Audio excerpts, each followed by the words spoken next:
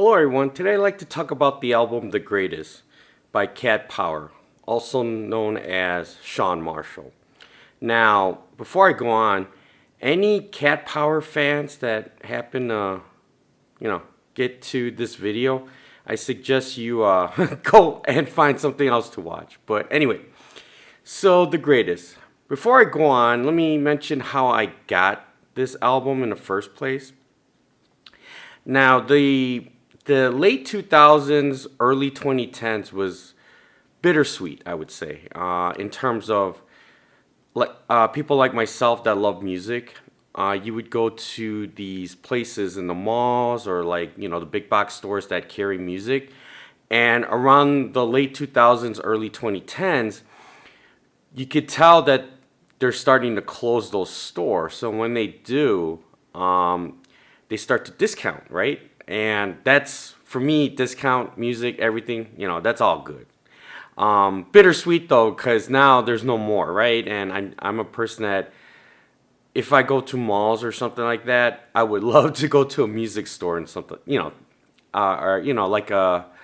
just to go hang out, check out the records, the CDs, and then if they have like a listening station, that'll be great. So, bittersweet. But anyway, at that time, I was more, yay, are you're gonna go closing, bankrupt, or whatnot? That's cheap CDs for me, right?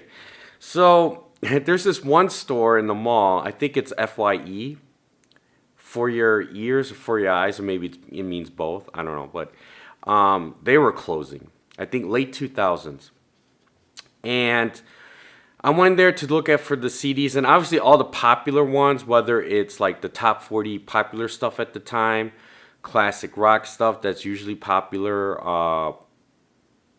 hip hop, things like that. Those were all gone. So they always had like a little section in the front, and where they put whatever CDs they had left, and then the back of the store, you could tell it's pretty much up to date. All the shelves were removed and things like that. So, so I'm looking at the front end. Majority CDs I've seen, usually I either have or don't really care. But this one caught my eye, The Greatest. Now, when I looked at this, I had no clue Cat Power. I had no clue The Greatest. Nothing at all. Besides, what caught my eye, obviously, was the cover.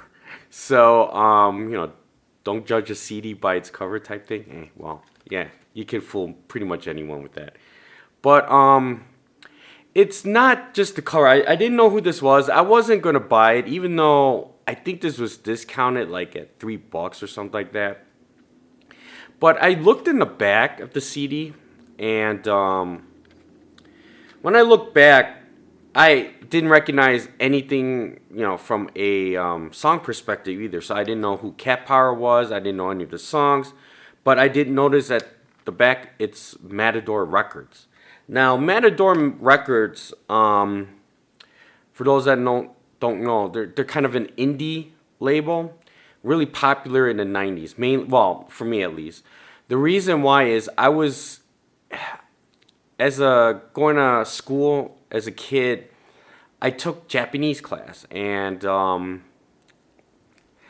I got into music. I'm a music lover, so I started to listen to Japanese music, and that popular at the time was J-pop. And one of the artists that really broke through, J-pop artists in the United States, was P5, Pizzicato 5. And the way they had their albums distributed in the U.S. was actually this record label, Matador Records. So any of you P5 fans would know what I'm talking about. You can pretty much get their popular, basically their compilation of hits from the 90s on to the early 2000s on Matador Records. And so when I saw it was Matador Records, I kind of hunched that, hey, this might be not necessarily a J-pop CD or anything like that, but something like an indie label that would have, was hoping similar musical style or something like that. I don't know. So what sold me on this was actually knowing it was Matador Records, believe it or not. Obviously, the price was like the biggest factor. If this wasn't clearance because of the store going out of business. If it wasn't clearance for $3, let's say if this was regular price, I would have not bought it in the first place. But anyway, so this is how I got the album. A $3 Matador Records album. And took this home, before playing it, kind of trying to read what's going on inside. Nothing much, ho hum. But I did not recognize Cat Power. Now I know it's an artist. Sean Marshall. I didn't even correlate between that they're the same, one and the same, at that time when I got this album. And I finally decided to play it, put in the CD, and just played it through. I think, if I recall, I don't think I fell asleep by any means, but I do remember the CD, when the CD was done, I didn't even notice. It was probably done like an hour until I noticed the CD was done. And I took it out and then never really played it. Now, coming to the pandemic, all the time in the world, started playing on my CDs, replayed this one. Now, I recalled why I bought it and how, the reason why I bought it, but I didn't recall what the heck was on here. So I played it again, giving it more concentration, and kind of the same thing. At the end, I didn't really notice it finishing, and I decided to repeat the album again and just flat out listen, not just full attention all the way through. And this is what I took away from it. Cat Power. So there's 3 things that for me that are kind of in a negative connotation, kind of going against it. First of all, the music itself. Now, this, from what I understand, they're using true all instruments. Musicians are actually playing. There's no like drum beats or like 808s or anything like that. This is all true, using real instruments and so forth. And listening it through, the first thing I noticed is that majority of the songs, the music is kind of like low key background. Like nothing stands out. Nothing like shoots in front of you and you notice the music. Now, I'm not saying it's bad playing or anything like that. I just did not notice anything at all. I mean, I noticed that there's like drumming or something in the background, but that's pretty much it. I don't really notice anything worthwhile from a instrument playing perspective. It's almost like it's just background music. Second of all, and this is more on Sean Marshall. Now, her voice, her vocals, you wouldn't necessarily buy her music, and I've only listened to this, so I don't know, maybe other albums or other songs are different, but at least on this album, I definitely wouldn't buy her music for vocal prowess. Not at all. Now, she has a bluesy, smoky type of sound, kind of like raspy-ish, that type. I mean, I think they're all one and the same, just same way of describing what I'm trying to talk about, but different ways of describing. But it doesn't stand out either. So, like, when I think of the closest thing I can think of her from a music perspective and a sound perspective are actually in her contemporaries at the time. Amy Winehouse, if you know her, and maybe to a certain extent Norah Jones.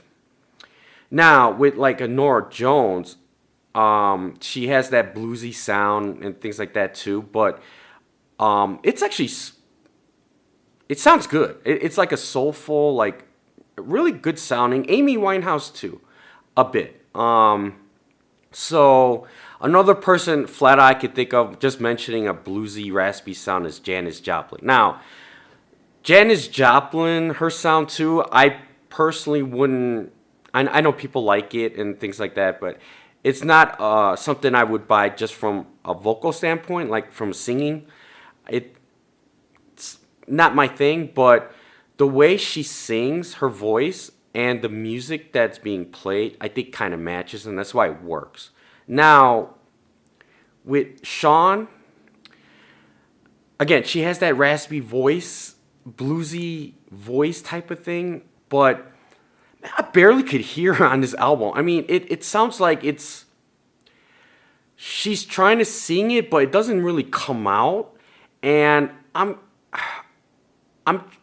that's another thing too. I'm trying to, maybe that's part three. The reason that's negative about this album is that I'm trying to understand what she's saying.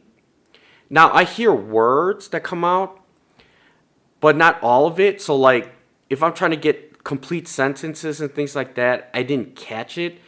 And if I did, with a combination of I didn't, basically every song on here, I don't know what she's talking about. I don't know what she's describing, what she's singing. Absolutely no clue. It's almost like it's gibberish in a sense. I do hear words.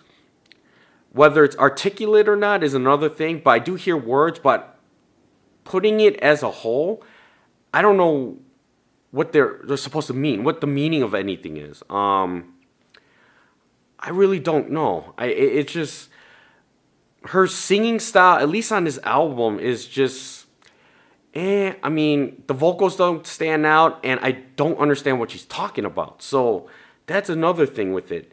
And the main issue for me is you combine everything, and nothing stands out in this album at all. Like,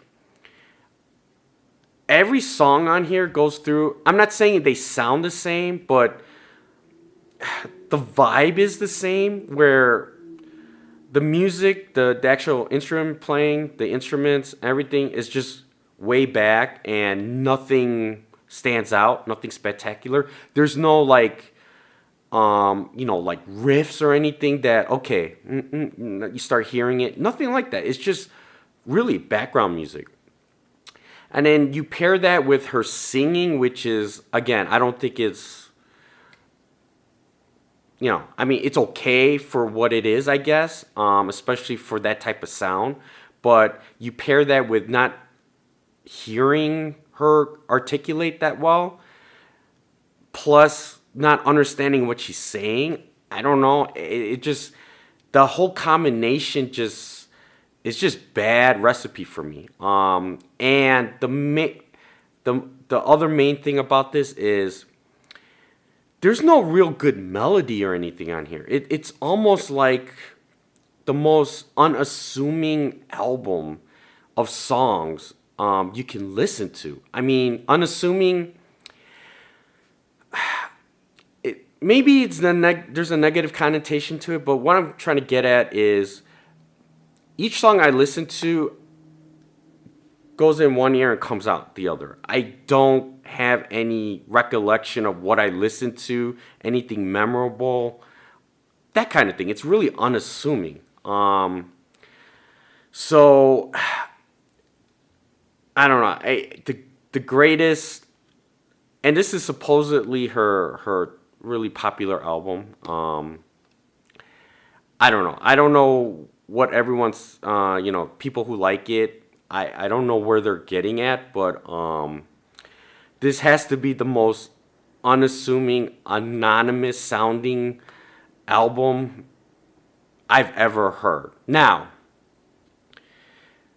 when I mean, I don't want to sound negative, even though it is coming out negative. Music is trying to, you're supposed to inspire, you're supposed to, something.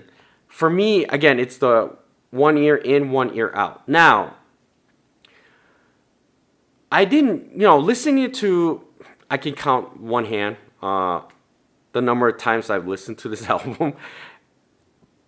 But I realized, of all the times I've listened to this album, I noticed one thing, and it's a good way.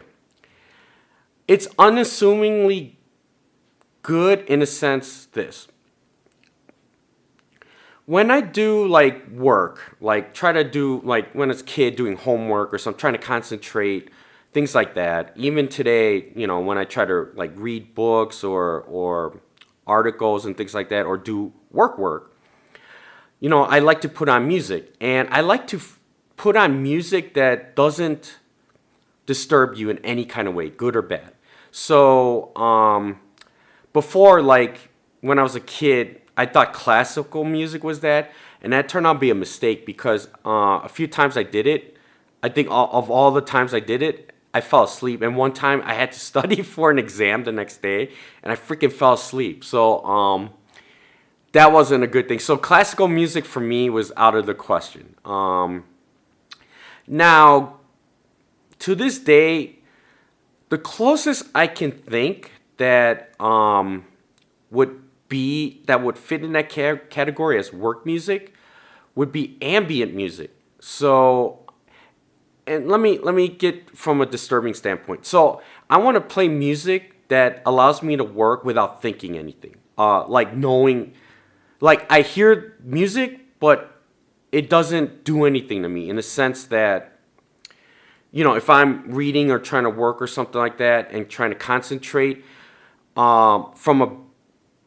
it doesn't like make me start head bopping and humming and with the melody or something like that, or trying to do like air guitar riffs if they're good riffs. It doesn't pull me away from that concentration, right? If it does, then it's not really good music even for working, because now I'm thinking about the music as well as working, and that's not what I want. I just want to strictly work, right? Now there's also in a bad way where and I'll explain it, ambient music. So I started to get into ambient music thinking that's what that would be, just background music that you can flat out work without taking anything away from you when you're trying to concentrate. And I don't have a lot of ambient music collections, but I got a few that were somewhat popular.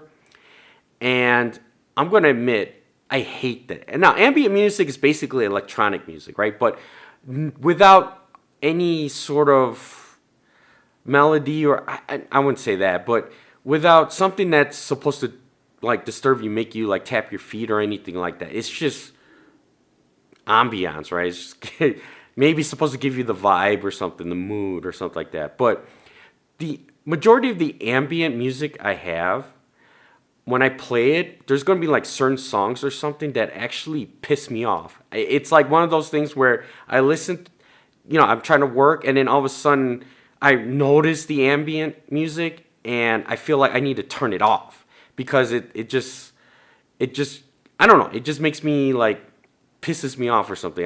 Maybe it's just the bad, the way it's being played or something like that. So it turns out for me, ambient music in theory is supposed to help me with the work part, just like not taking anything away from what I'm doing. But the ones I had weren't good at all. It actually pisses me off. So come to the greatest. Unassuming in a good way.